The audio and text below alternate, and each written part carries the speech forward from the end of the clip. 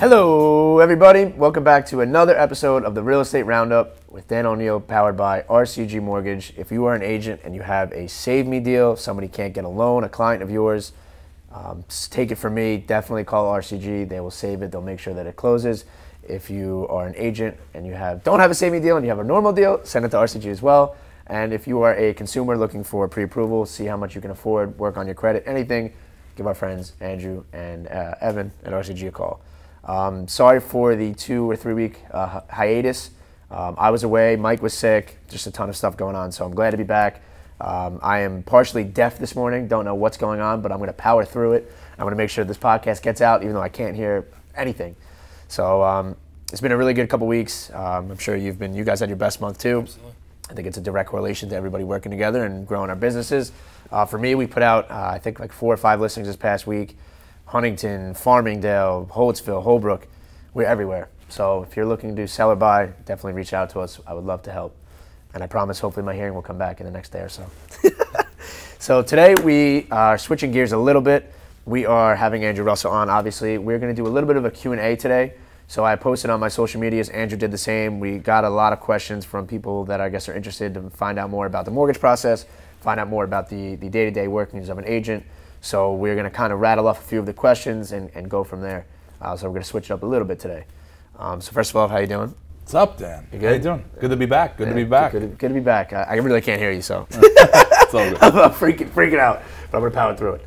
So yeah, you guys had your busiest month, right, last month? We did. Yeah, July was actually the best month we ever had as a company. Really? Yeah, absolutely. What do you think it's a result of? Just you guys' systems finally kind of going into place and absolutely building the brand, building the systems and structure, having the right people on the team, which you get to work with, you know, and just delivering it every day, all day. I can tell you from like what we're doing and the business that we work with you guys, like, you know, Jake, John, Zach, me, Carlos, everyone is like super happy. We send a client to you guys and it's just, you know, it's going to end well. So it's a really comforting feeling, you know, doing that. So appreciate all your hard work. Absolutely. Appreciate you. Of course. So we have a couple questions today that were sent in and submitted through Facebook and Instagram.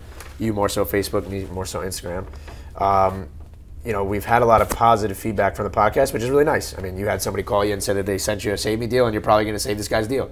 Never met him before. Yeah, so we got a referral, and we track every referral we get just to give, you know, the realtor partner props and keep you in the loop, because obviously that's the backbone of our business foundation. So I got a referral from somebody, had no idea who he was. So, you know, Mary on the team, she's like, Andrew, who's, you know, X, Y, and Z realtor? And I was like, that's a great question. I don't have a clue. So I was like, just do me a favor. Can you give him a call, introduce yourself, who you are, you know, you're one of our gangsters on the team, and say, by the way, we haven't worked with you before. Yeah, where you so he said, yeah, I saw you and heard you on the Dan Oneil podcast. Nice. Yeah, and he said, obviously, you know, Dan's very respected in the community, so here we are, literally a Save Me deal. And I was like, nah. Yeah? And that's your favorite, too, because now you get to perform. You get to do it. Yeah, exactly. You do it now. I mean, the same thing with me. You know, you had a Save Me deal for me, and now you're getting everything. Here we are. So here we are. All right, so first question that we got for you, we'll just kind of go back and forth, bounce off each other. Yep. And I just had this happen, so this is an interesting question. So I just had an instance where I have a listing, it's a condo, I'm having multiple offers, somebody, the highest offer, great offer, the agent's doing everything right, she's really on top of things, but she sent me a pre-qual instead of a pre-approval. So in my experience, get me a pre-approval, don't get me a pre-qual. Like I get, you know, it's the first step of it, but for me, I need a pre-approval. I need to make sure. I need to call the loan officer, make sure they're getting their loan, so on and so forth. So the first question that somebody asked you is, what is the difference between a pre-qual and a pre-approval? Or what is the difference between being pre-qualified or pre-approved? Exactly. So, yeah, I mean, look, it's a systemic issue only because, like, especially you're killing it on the listings. So, you know, you don't necessarily vet the buyer as much sometimes, but if it comes in with a pre-qualification versus pre-approval, it could have, you know, negative effect potentially on your seller, which obviously makes you look bad even though it's not your buyer. So the difference is a pre-qualification is literally basically a phone conversation and potentially a credit pull.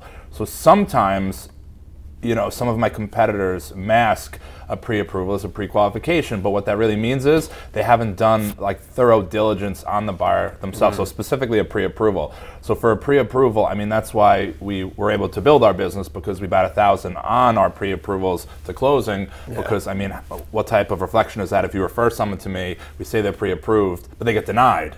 I mean, that just doesn't happen in our world. So the reason is because pre-approvals are more thorough, more diligent. That's why it's something that you expect, specifically specifically. We get all their income docs, you know, so we actually have a underwriter on our staff. He's our ops manager, so we're probably the only, if not one of the fewest brokers in New York to have an actual underwriter helping on our pre-approvals. But, you know, so what they do is they collaborate a due diligence list, you know, so if you're a W-2 employee, it's pay stubs, W-2s, we review tax returns, 2 months bank statements, we source large deposits, we run their credit, we do a thorough credit review. It's not just one thing, they have a certain score. There could be things within the credit, disputed accounts, collections that could potentially... So how long does it take you guys to, I mean, I know the answer, but how long would it take you to spit out a pre-approval? You get a new buyer, you know, an agent sends you somebody at 11 a.m., they want to make an offer by noon. Can they get the pre-approval by noon?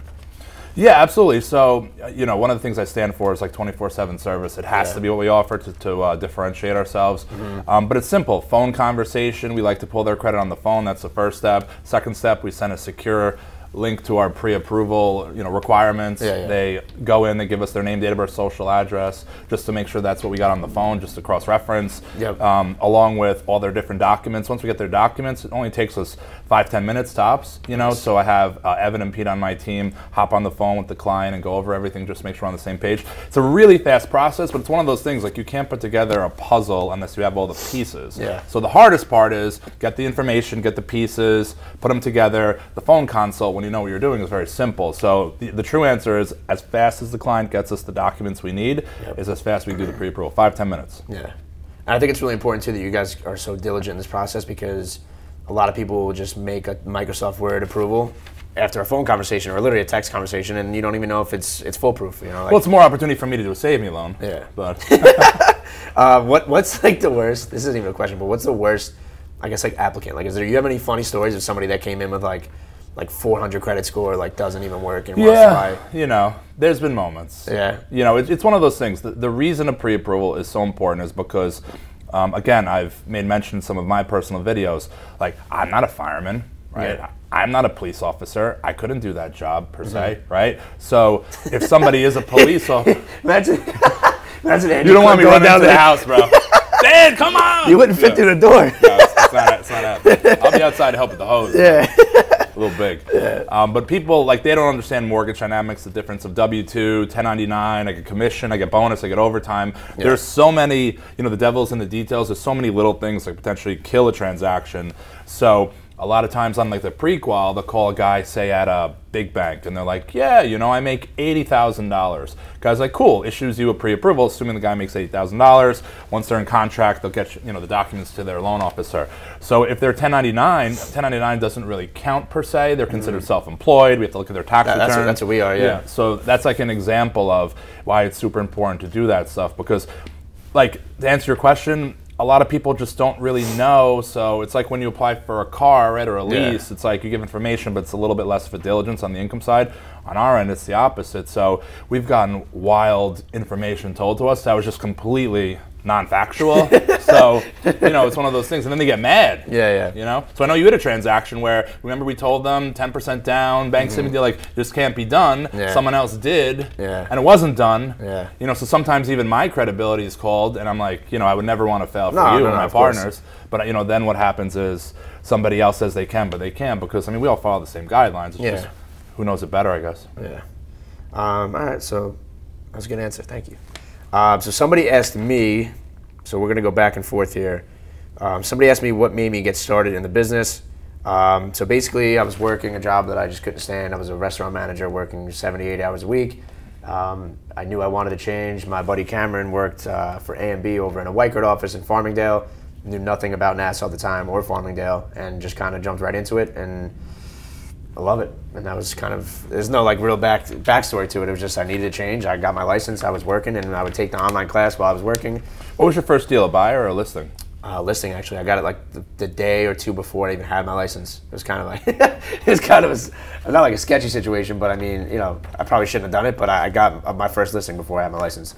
I went down to the town of Brookhaven where all the investors go to buy their flips, you know, where all the foreclosures go off, and I had my plastic business cards, and I went around and just kind of like passed them out as if I've had 30 listings, and I figured one guy in there would probably be a newbie lister, you know, a newbie investor. And it turns out like 2 days later, he gave me a call and gave me his first flip listing. So I literally had a listing the first couple days, and then it just kind of spiraled. So then I did an open house at that, like literally had my license for like 2 days at that time. Did an open house. Family loved me. Had me Were you come nervous list. in your first open house? Oh, I was terrified. I was absolutely terrified. Like, hey, Dan, show me around. You're like, what? I didn't. Yeah, exactly. Like, you don't even. If someone goes, "This is oil or gas," I'm like, I don't. At that point, I didn't know how to decipher. So it kind of just, eventually through. You're like, practice. it's a cave. No, it's a ranch. Just look at the listing. Just give me the house. I didn't know how to run comps. It was nothing. I was just, what price you want to list it at? And I actually got myself in trouble because the second listing that I took, I didn't know how to do comps. I didn't know anything. So I'm like, well, what do you guys want? And they're like, well, we want 475. I'm like, yeah, it sounds good. So I took a 475 listing that really should have been like a 425 listing. And it took me a long time to sell it. How long did it take? 11 months. But it sold. It sold. And it was a very happy ending. I actually got them, I think it was like, I got them like 429. They bought a beautiful house in Port Jeff Station, was what they wanted. So, it worked out really well. It was just, I was doing open houses like once every weekend, like maybe even Saturday and Sunday every week for like 8 months. And nobody would come in. Like, so I would do the open house and start at 12. The family, it was like an 11-person family living in a 2-bedroom condo. So it would take them all of like 45 minutes to get out of the condo. So now it's 12:45. My open house started at 12. They finally leave. They're back in like 25 minutes anyway. And they're like, yeah, did anybody come? And I'd be like, yeah, like a person or two came. Not bad. We'll get it sold next weekend. It was a bad weekend.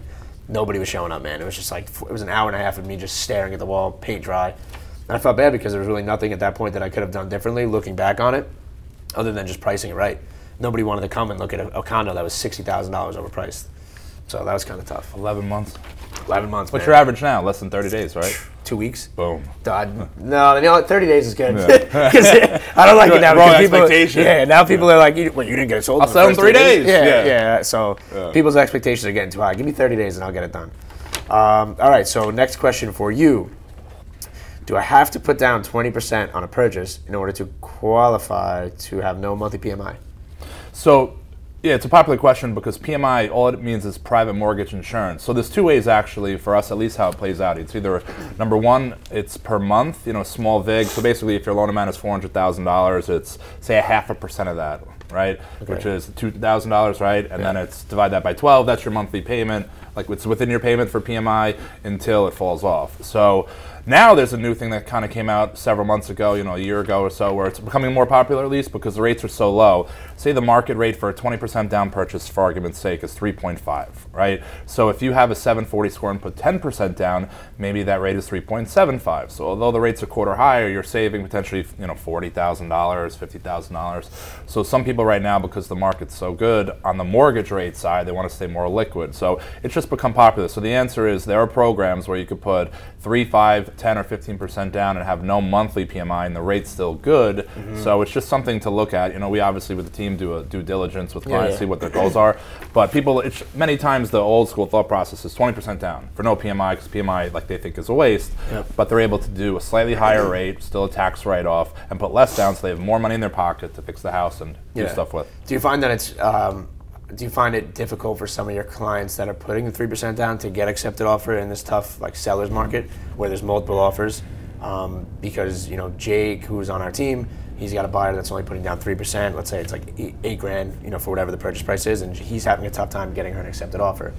I think that there's ways around it, and the ways that you spin it, you use, what I try and do when I have somebody that's putting less down is, you spin the fact that they're using your lender, which is always a plus, so the deal's going to go through.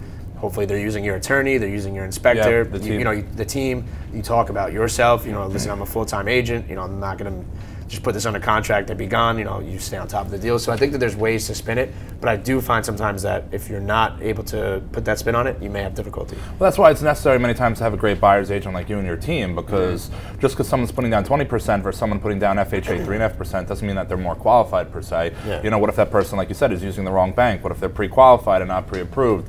Sometimes the down payment isn't the most important thing. Sometimes companies don't have intimate groups of appraisers who know the area. They send someone to Setauket who lives in Staten Island, who may not know the market, the difference of the school districts, Three Village, and stuff like that. So I agree with you. I think it's the strength of the buyer side agent, which is why you're so valuable. Appreciate that. Okay, so next question that I was asked was, how did you get listings in business when you first got started in the business? So, door knocking? I did door knock a lot. I hated door knocking. What's the whole door knock dynamic? What's the So basically, the way that I go about it was when I first got my license, I would go to I would do a farm area. So I would pick an area where I knew. I'd pick 200 houses. I would door knock once a month, you know, for different reasons. What I found is more effective for me is now when I get a listing somewhere, I'll door knock 3 times the area. So if I have a listing right here, 123 Main Street, the first open house, or no, say I first list it and the sign goes in, I'll go door knock the entire neighborhood and say, listen, we just listed 123 Main Street for X. If you guys want to come check it out, or if you're ever interested in listing your house, let me know. Second time is when I'll do my first open house. I'll go and door knock the same people and say, listen, we're doing an open house. I'm sorry if there's any cars in your driveway or in front of your house. You know, if anything, if someone's blocking your driveway or something, give me a call. Here's my card, and if you want to come take a look, you know, you're more than welcome. We're going to give all the neighbors 20 minutes before the open house starts to come take a look. And it works, people, because they're nosy. Do you have any good stories though? You door knock and people are like, huh? Oh man, I have a story. Yeah, I mean, of course, people slam doors and they think I'm a Jehovah's Witness with my suit and tie every day. But one good story is this old man brewed his own beers, I guess in his house. So of course, like, you know, it lets me in. I look at his house. I can't be rude, so I have one of the beers. One beer. Apparently it was like a 12 or 13% beer. Like this dude was, I'm smoked. So I'm sitting there and like my eyes are kind of like going weird. Like, you know, like you're like batting your eyes. I'm talking to him and finally I'm like, I got to get the hell out of here. So I literally left and sat in my car for like an hour and a half just sober up. Yeah. Like I wasn't like drunk by any means, but it was just such like a powerful. Yeah. It was just a powerful beer, so I felt really uncomfortable. But so door knocking's big, and then the third time you go back is after the open house and you sell it. You say, listen, we sold it for X. If you're interested in finding out, you know, let me know. And it works. People, you know, the worst feeling in the world is when you list this house and the neighbors gets listed. It sucks. So I did a lot of door knocking. I did a lot of for sale by owner and expired cold calls. So I would basically give myself a list of 10 for sale by owners every, like, I would say Wednesday, or 15 of them. I would try and get in touch with as many as I could. The excuses that I made to get into these for sale by owners, I'm embarrassed. Like it's sick. You know, I used to take my dad around and say my dad was a buyer until one day my dad brought his Oneil and Wellershard truck and the guy's like, wait a minute. So I got caught and I still got the listing. So, you know, for sale by owner expireds was a lot of it, and a lot of it's social media too. You know, you gotta portray what you're doing. You know, I would go look at a foreclosure with my dad and we would post about it and people found it funny and entertaining, and then I would get listings. So you really just have to hammer the phones when you first get started, because if you're not going to, who's going to give you a listing? Same thing with your sphere of influence. Like, a lot of my family wasn't really buying or selling at the time, but they knew people that were, so they would refer me out. So your sphere of influence. And then you do a good job, and then they give you. And then it just spirals, exactly. So people that I used to work with, their parents selling, people I grew up with, their parents selling. So you just have to do a really good job of letting your sphere of influence know that you're in real estate. And that's it. It's that easy. You see the gray hairs there. It's not that easy. I had great hair 18 months ago. All right, so for you, does it really take 30 days for a commitment on a purchase and 60 days or more to close? Yeah, so a lot of times when the listing agent is a referral source for us, we get the pre-approval vetted. They call and they ask the same questions. Hey, Andrew, it's so-and-so at Douglas Elliman. So let me ask you a question. Did you run their credit? Did you look at their income? Did you review their assets? Yeah. And I'm like, yes. Yeah. You know, which probably just didn't work with them. That's the only reason they're asking. But you know, typically say, well, you know, how long will it take for the commitment? 30 days or 6 days to close? So with us, it's actually the opposite. So right now on the wholesale side, our lenders are screaming they're so fast. So like our typical process is we go over our full application before we get the contract. We have our application disclosures, e-sign. So once we get the contract, you know, preferably from one of our attorneys because they're quick with the turn. Yeah. Sometimes that's slow. We submit the loan to the lender the following day.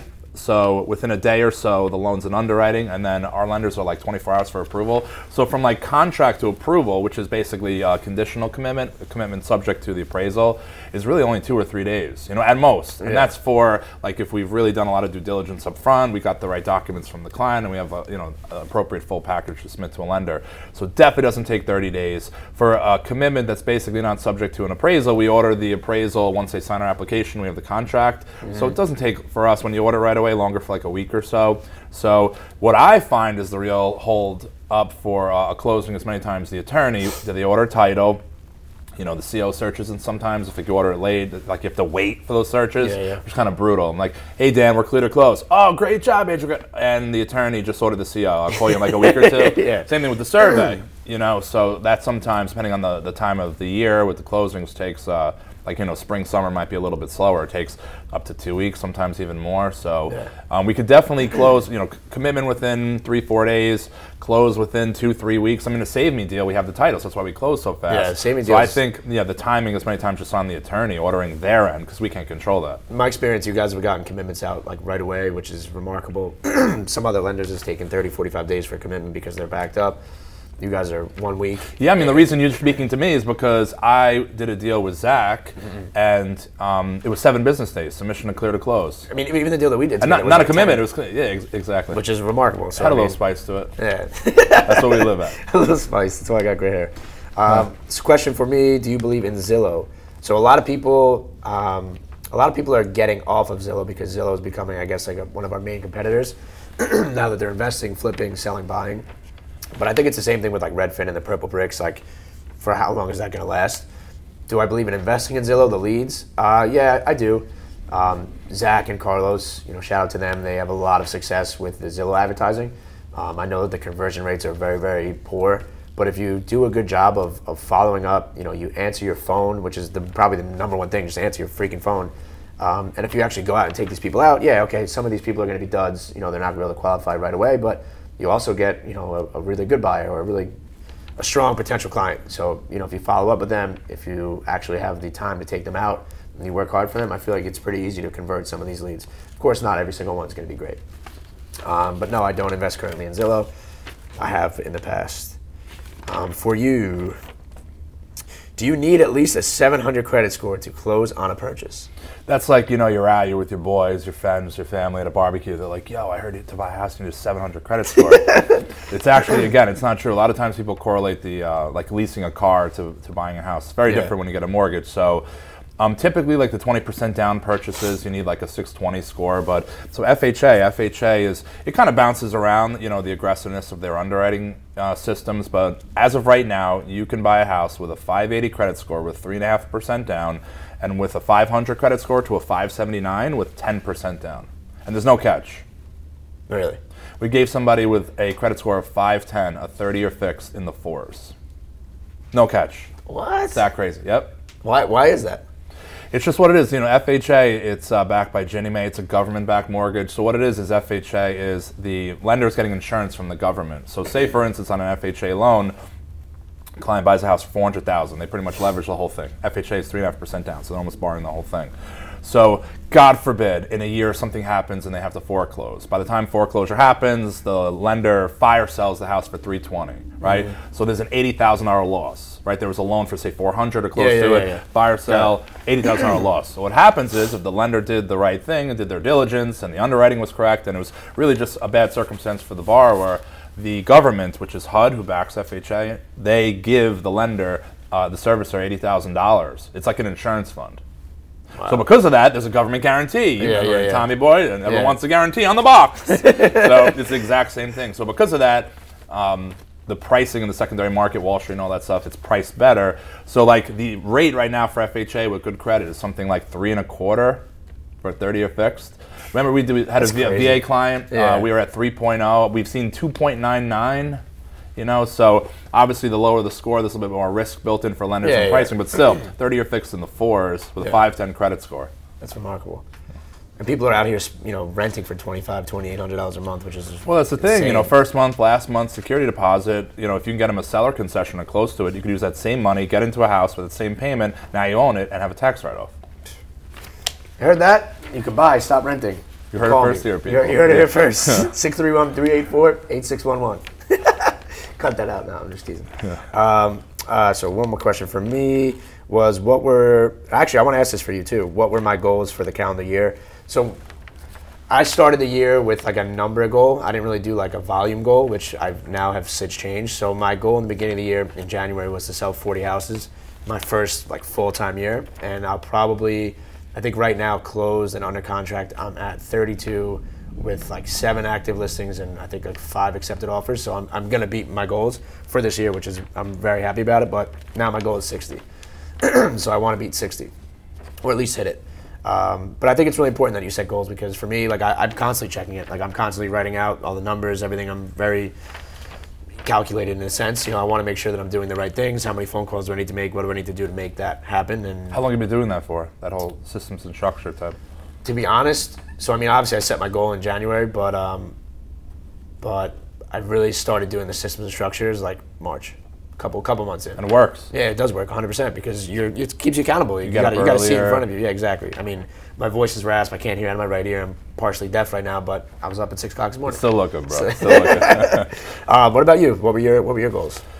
So my big goal was to build our brand, get our systems and structure in place, have like the right initial team, and start going out and meeting people like you, getting that first opportunity and killing it as of like say last October. So here we are in August, and our growth is kind of commensurate with that. So my goal wasn't more on like the unit or closing side. It was more like realtors. Yeah. I call it an accounts pyramid. How many realtors am I working with? How many transactions do we close? Is it one a month? Is it one a quarter? Is it 1 or 2 a year? And kind of reverse engineer from there. But like for next year, I want to do like a 2 to 2.5x, of my personal production, and then the same thing with the branch, like specifically my loan officers. I call them a branch, they're not actually really a branch, but it's almost like I have loan officers, they have a team, they have their own processor, and then it's my production, and we're kind of a group.